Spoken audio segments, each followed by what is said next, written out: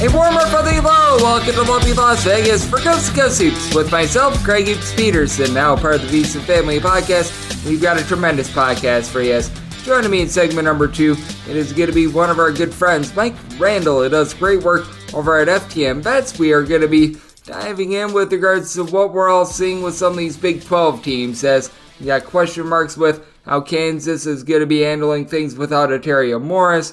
As we know, West Virginia is going to be without Jose Perez this season, so diving in on that front end, we are gauging a lot of these injuries that are coming out here in the offseason as well. The biggest of which, Donovan Clingan. He is currently on track to be set to go for the season opener for UConn, but a little bit of question mark there. He's expected to miss the next 3 or 4 weeks, which would put him on pace to be able to play opening night against Northern Arizona, but certainly something that we're going to be monitoring, and I'm going to be asking him how we should be taking a look at situations like that. Now, we really didn't see a lot of news and notes with regards to college basketball over the last 48 hours. As you guys know, if you listened to the podcast yesterday, you got my Big East Conference preview, which means we have now done previews for 29 out of the 32 conferences. We've got the Big 12, the Pac-12, and the SEC remaining. So we are plowing through those conference previews to get you set for the upcoming season, but certainly something that I am monitoring on this podcast, certainly taking a look at some of these two-time waivers, what have you, and we really didn't get any over the last 48 hours, so this is going to be a little bit of a shorter podcast, but that's a lot of what we're doing, and we're going to be talking a lot about that with Mike in segment number 2, and then always have to, when it comes to a great mind like Mike, see who he's becoming a little bit more bullish / bearish on as he's getting set for the upcoming season as well. And if you do have a question, comment, segment idea, what have you for this podcast, you do have one of two ways we offer those in. First one is my Twitter / X timeline at @unit_D1. Keep in mind, letters EM, the mean does not matter, so as per usual, please do send these into the timeline.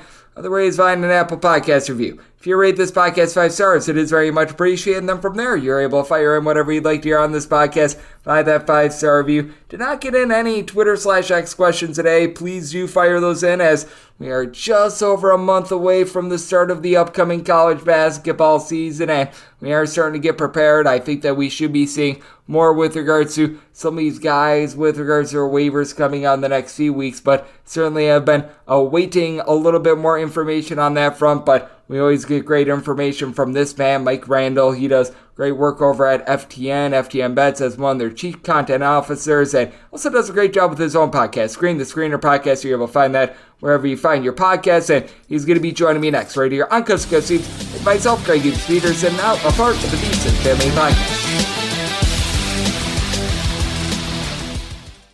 Are you ready to become a winning sports bettor? Schedule a call with SBIA to find out how their service can make you a long-term winning player. They've developed an innovative algorithm that maximizes units return, and they are so confident in their system that they offer a money-back guarantee.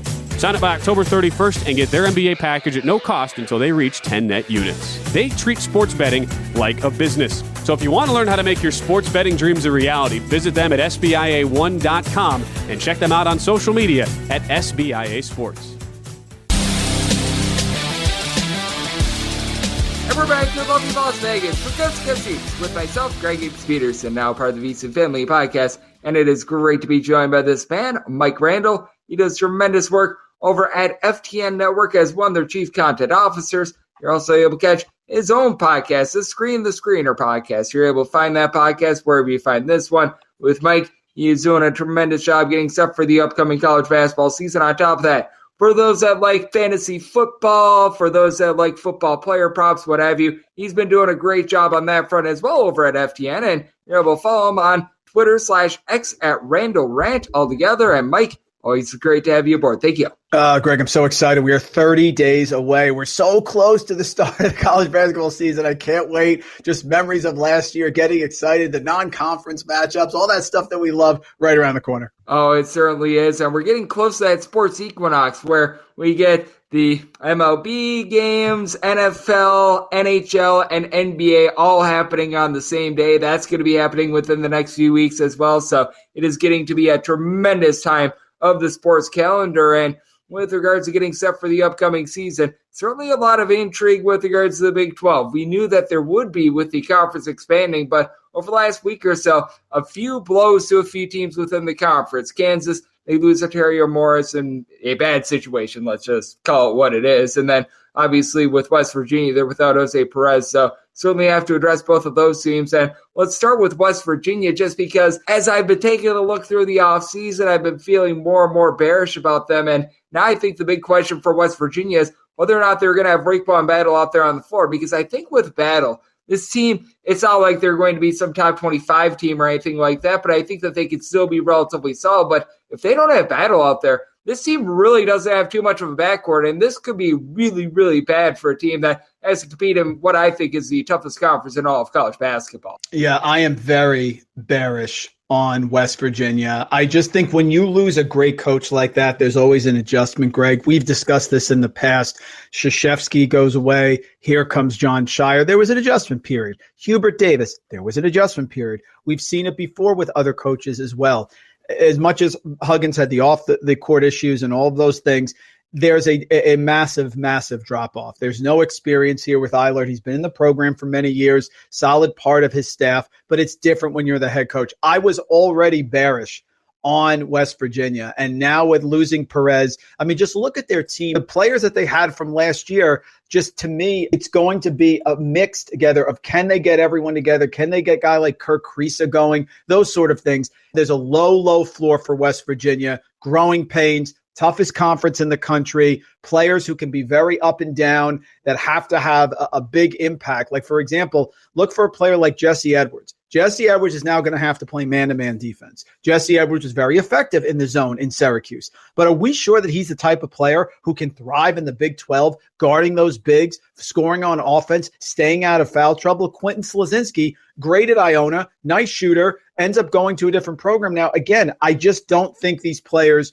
are going to have to come together as they would. And you know Kirk Kriisa is a firecracker. He could have the best game of the season, and he could be absolutely awful here. So concerns about West Virginia. And now without Perez, I'm even lower on them than I was before. Yeah, I think that it's going to be a rough year for West Virginia. And if they can get Raekwon Battle out there, that could salvage something for this team. But even if they do have Battle in the fold, it is a case where they don't necessarily have a lot of depth, as well as Mike Randle, who does tremendous work over at FTN and as one of their chief content officers does amazing work over there, is going to be right here on Coast to Coast Hoops. And the big thing for West Virginia as well is that they don't necessarily have a lot of depth. And I don't know how you gauge this or not, but I do take a look at some of these teams that I expect to only be, I'm going to call it about 7 deep or less. And I do feel a little bit more bearish about them. And West Virginia is certainly one of those teams that fit the bill. Certainly it's a little bit more situation by situation. A low-tempo team like Virginia, I think that they could get by with 7 guys much more than, say, some team that's going to be looking to run it and gun it like the Citadel did back in the day. But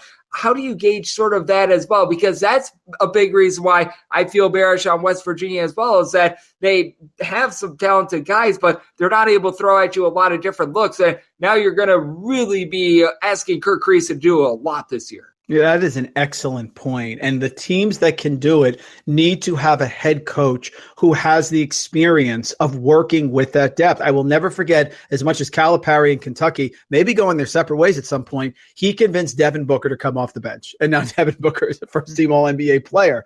A guy like Rick Pitino at St. John's brings in all this talent, but convinces them to buy into a role. That is critical in college basketball to get them to buy in. You have an inexperienced coach with a team that has depth problems, with players who do not have the reputation of being fantastic leaders. You don't have the reputation of Kirk Kriisa in Arizona cursing out his head coach last year. Jesse Edwards, Quinn Slazinski, sort of a quiet guy. These are not players that have that experience. Raekwon Battle could have served that role, but now we don't know if he's going to be available. I think this is a recipe for a disaster in West Virginia this year. Yeah, I think that's going to be really tough. And when you have to go up against the likes of Kansas, Texas, even a team that I really like in Texas Tech, that's going to be very difficult, to say the least, for them. You throw in there Houston, and that's a recipe for disaster. And speaking of Kansas, they are going to be dealing with Arterio Morris being out the fold. And I don't think it's a nothing burger, but once again, where West Virginia, they could not afford to lose anyone, in my opinion. I feel like this is something that Kansas could afford. Now, perhaps someone like a Zach Clemens, who we were expecting to redshirt, maybe now he can't redshirt, something like that. But I think that Kansas should be able to absorb this blow. Personally, I had Kansas just below Duke with regards to my preseason, top 5 rankings, what have you. I still have Kansas right there. I'm not sure how you evaluate this, but I think that this is one where you don't necessarily dock Kansas right now, but you do monitor if there's an injury or two. That's when the trickle-down effect can really happen. Yeah, Bill Self is the best coach in the country for my money. Of course, had the health issues at the end of last year, although as we don't know how far this Kansas team could have went. Not only does he have a great big in Hunter Dickinson, Greg, he has a track record of being able to use that big appropriately. Go back to Perry Ellis, Azubuike, just continue. So he has a track record of success for teams that are built like this. DeJuan Harris, one of the best point guards in college basketball, never turns it over, started to grow as a scorer last year. McCullough, glue guy, Elmarco Jackson, the freshman, and the biggest player for me that I think can take a massive leap is KJ Adams. KJ Adams, who at 6'7", maybe, was playing center last year for this team. Now he can be that wing. He can be that power forward, flying in on the weak side, relentless rebounder. They will be fine. Nick Timberlake has to be the shooter because I think they're a little weak with the shooting. So hopefully Timberlake can step into that Grady Dick role. But they have a ton of players. And most importantly, Greg, they have a head coach who has won with a roster like this. Arterio Morris was a disaster. They never should have brought him in. We know this. Maybe this is addition by subtraction. I believe in Self. I believe in his track record of success. And you have so many different teams coming in the Big 12 this year. I mean, teams that are not ready to battle Kansas on a regular basis. I think Houston is wonderful. I think Kelvin Sampson's great. Are we sure that they're ready to maintain their level of success now in the Big 12? There's BYU, UCF. There's so many new teams that are coming in. Cincinnati. You know, you look, the team we just talked about, West Virginia, that's going to be a team that I'm going to fade when they go on the road to these spots because maybe the line won't adjust right away, especially early in the season. But on the flip side, are these teams ready to battle Kansas, who's always great against the spread on the road? I don't think so. Kansas will be fine because they have Bill Self. Yep, I think with Bill Self being back on the sidelines, being able to get by those health concerns, and certainly something that you do want to be monitoring as well, because just watching them during the NCAA tournament, they just clearly weren't that same team when they were going up against Arkansas. I do think that that is going to be able to help them elevate, as Mike Randle, who does tremendous work over at FTN, is joining me right here on Coast to Coast Hoops. And it's not just the Big 12 that's going through realignment. There are quite a few conferences as well. As we know, Conference USA, I think they returned 5 schools from last year. As the American, that's a new look program. That's a new look conference as well. They're going to be bringing in a lot of schools to be able to replace some of those aforementioned schools like Central Florida, like Cincinnati, what have you. And how do you take a look at some of those schools that are going to be moving to a different conference, whether that be the Big 12, whether that be like a Florida Atlantic over there in the American as well? Because I do think that with regards to some of this conference realignment, it does cause for either a great advantage or disadvantage to some of these teams, because we have seen some of these schools right away go into a new conference, have a lot of success, and then you have some of these schools that they just completely flame out, and I don't think that there's a lot of in between. I'm going to draw a pause. College basketball is fluid, so we learn and we continue to get information and we make our mind up as we move forward. I'm very confident in a team like Florida Atlantic. Why? Because the continuity, the upperclassmen leadership, and because of Dusty May. If they lost a lot of players and came into this league even off of last year's success, I would not be as positive. How about James Madison last year, Greg? I don't know about you. I was very high on James Madison. They switched conferences and they struggle. So I am usually a little apprehensive about those teams that are switching conferences. I tend to favor those that have been there for a while. But I think that if you have a program like a Florida Atlantic that has a veteran coach, that has a veteran team, they will be able to find success. Where I draw a pause are programs that bring in a lot of transfers that also switched conferences and maybe has an inexperienced coach. The coaching is going to matter to me. With all the fluid parts, let's not forget how great the top-end coaches are, and even some of these small school coaches. You know, I think a guy like Grant McCaslin, you talked about Texas Tech, I think he'd be phenomenal there, because he's had a level of success. So really, it has to be the right match. Do you have the right players? Do you have the right coach who can build a program? I'm usually a little apprehensive and fading teams when they change conferences. And I learned that from James Madison last year, but I have to have the right mix. I certainly think Florida Atlantic has that. And I'm so glad that you brought up James Madison as well, because they were actually tremendous out of conference. And then once they got in conference, it's a little bit of an issue. Right. Ironically enough, the team that won the Sun Belt last year was a team that in Southern Miss, they were dead last in Conference USA the previous year as well, which it does bring up just the volatility in general that we do see with a lot of these schools. And when you are taking a look here in the offseason at teams that you're going to be a little bit more bullish / bearish on, I don't know about you, but I try to find that perfect blend because when you bring in absolutely nobody in the transfer portal, I do think that puts a glass ceiling on a team. Like, for example, a Marquette of Michigan State. I think that they're going to be solid. I've got both of those teams certainly in my top 15. I don't know if they're necessarily going to be able to win a national championship or not, because I do think that with a team like Marquette, for example, I would like to see them bring in just a little bit more rebounding. With Michigan State, you'd like to see a tad bit more with regards to defense, and they might not be able to elevate there. I try to look for these schools. Like, I think that Creighton is a great example of this. They didn't bring in a ton of transfers, but I felt like they brought in the great transfer in Steve Ashworth. They bring in one or two good pieces to elevate what they already have coming back. I'm not sure if you sort of take that approach as well, but I want to see schools that they don't completely avoid the transfer portal, but they also don't use it to just completely build the roster on the fly and bring in like 8 different guys. Yeah, another great point. You know, Marquette is an interesting one because I was at the Big East tournament, went to all those games last year.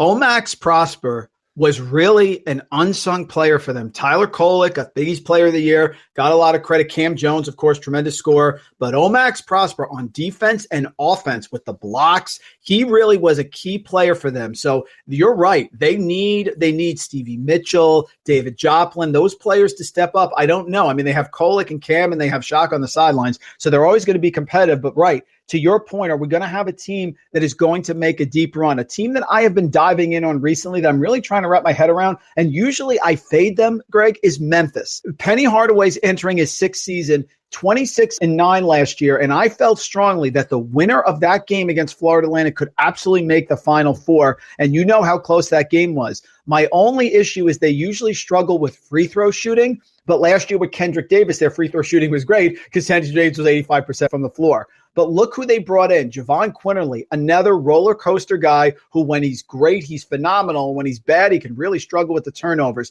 Caleb Mills comes in. And, of course, all the uncertainty here about Mikey Williams and DeAndre Williams, 27 years old, trying to get yet another waiver to play. So that's a type of team, right? Like Penny Hardaway's been successful. He's had a good level of success. They always beat Houston. They won the conference tournament last year. They always find a way to battle, and he has a lot of talent. So he's gone the other way. He's brought a lot of players in, but can they all get together? Jordan Brown's another guy. So those are the teams that are interesting, and Memphis is one I'm sort of honing in on because if the ball bounces the wrong way, if they get the timeout call instead of the jump ball, they could win that game. They absolutely could have beat Fairleigh Dickinson, Tennessee, and Kansas State, and then we could be looking at this team a whole different way. So it's interesting because the transfers make you look at each team as a separate entity and see whether they can make a run. I'm starting to warm a little bit to Memphis. I am. And I think that it is so interesting that you bring that up because a narrative that we do bring up every single year in the offseason is taking a look at these teams that maybe they made that unexpected March run and you fear that they're going to be a little bit overvalued. And I think that the shoe fits on the other foot as well. A team that maybe they disappointed a little bit, a team that they could have been able to make that run like Memphis, because I totally agree with you. I mean, I think that with Memphis or Florida Atlantic, both of those teams could have been able to make that run. I personally on my bracket and Memphis in the Elite Eight. And after what I saw in the NCAA tournament, there was no reason why, if they don't get that timeout call, that they wouldn't have been able to make an Elite Eight and or Final Four run. So I do agree with you there. And I do think that some of these teams that maybe they just had the ball bounce the wrong way in March, whether that be in the NCAA tournament, whether that be in the NIT, they actually get a little bit of value because they got knocked out early. And bettors like to take a look at what they saw last, and what they saw last is an early exit. And I do think that there could be more value on these teams, just like some of these teams that maybe went a little bit further than expected, like a Miami in the NCAA tournament last year. There's a little bit of value in fading them. Yeah, and there's another one here. This is one I'd like to get your opinion on. So let's look at a veteran team in the Big 12 like Oklahoma State. Mike Boynton got a huge extension, but that was done by the old athletic director. And I would say that they've struggled a little bit. It's very shocking, Greg, to see Oklahoma State lose 3 players here, 3 key players who could have put this team in the upper echelon of the Big 12. Avery Anderson, who was playing phenomenal, was the second leading scorer on the team before he got injured. Musa Cece's former Big 12 Defensive Player of the Year. Caleb Boone goes to UNLV, plays with his brother.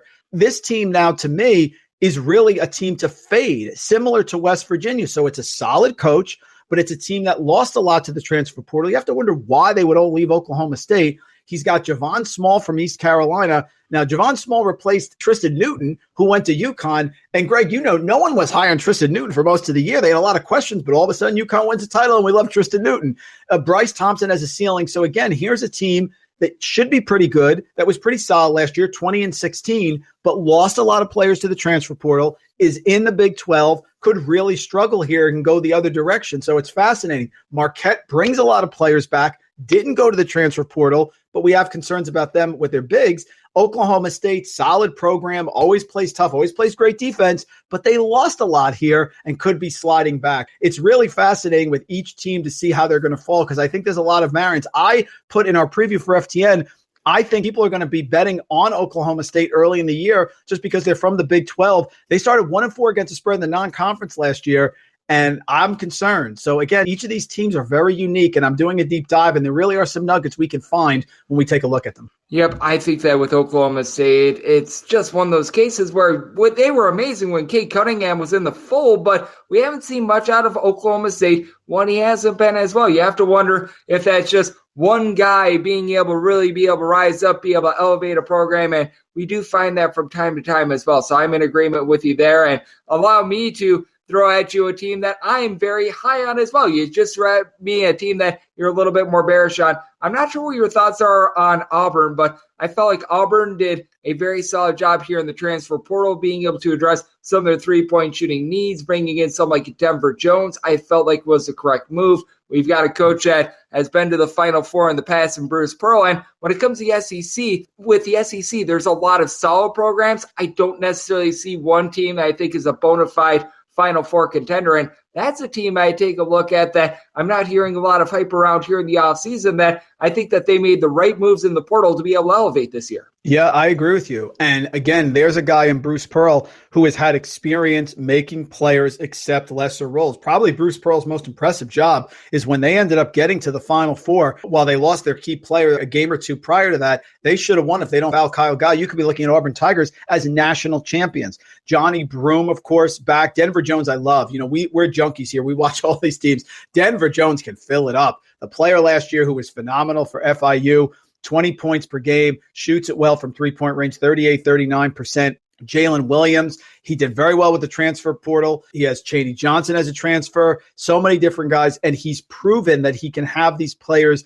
mold together and do well. I agree. In an SEC that is wide open, you can't tell me Kentucky doesn't have questions. Florida should be improved. Of course, Ole Miss is probably a year or two away. Tennessee, Rick Barnes, we know the deal with Rick Barnes. Texas A&M, Auburn is a great call. It's a great call for a team that could be a sleeper, that should have some favorable lines. And Greg, they have a good home court advantage here. So I love it. And Bruce Pearl's proven it to me here. Yep, absolutely. That's a team that I'm very bullish on, and I think that we are going to be in for an absolutely tremendous college basketball season. And Mike, I know you're hard at work getting set for the upcoming season. I know that you just referenced it. You're doing some nice previews when it comes to FTN. I know that over at Screen the Screener in the coming days and weeks, you guys are going to be getting more and more involved, more and more preview podcasts, taking a look at so many different fronts to be able to get set for the upcoming season. And I don't know that you're doing a great job with regards to taking a look at the great game of football as well. So love to get people at home know what's all on tap for you and how people are able to follow along on social media and other platforms. Yeah, follow me on X at Randle Rand, FTN Fantasy, FTN Bets, FTN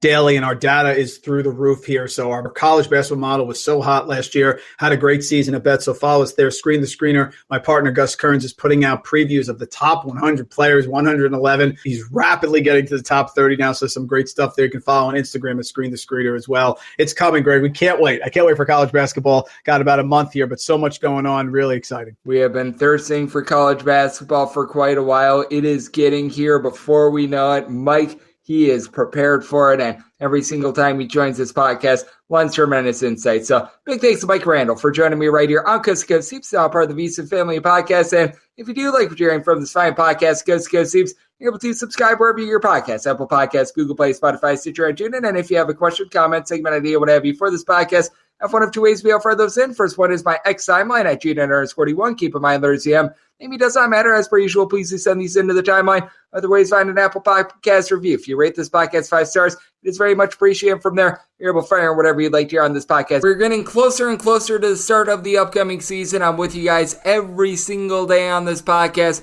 here in the offseason. Give you guys all the news and notes of college basketball along with conference previews. We've got 3 in total left to do, the Big 12, the Pac-12, and the SEC. And then in about 30 or so days, you're going to be getting picks and analysis on every single game, every single day. So it is coming. Always appreciate you guys tuning in, and I'll be back with you once again tomorrow. Thank you so much for tuning in.